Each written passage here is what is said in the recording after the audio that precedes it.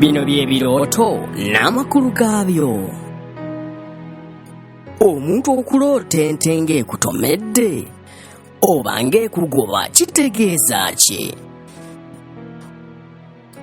Bangi bakibuuzizzaako ng'era bakifunye nga baloota ente ebagoba oba ng'ebatomedde.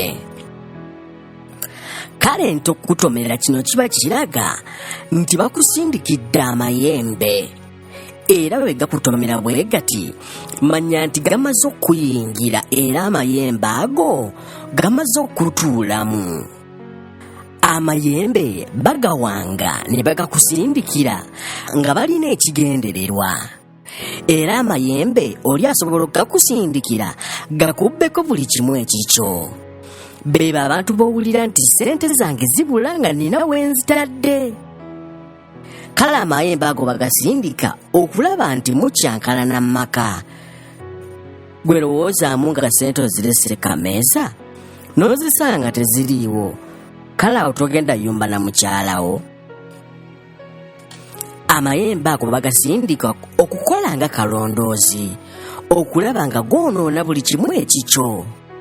Kyova olaba nti oluusi abantu abasinga bagaloota ng'ente zibagoba. Kale bw'olootanga amayembe ng'ago tosigala nga weebase. Oluzuukuka tandika okwegaana n'amayembe ogeegaana mu linnya erya Yesu Kristo. Subscribinga olaikinge obuuze n'ekibuuzo kyo ku YouTube kijja kuddibwamu mangu.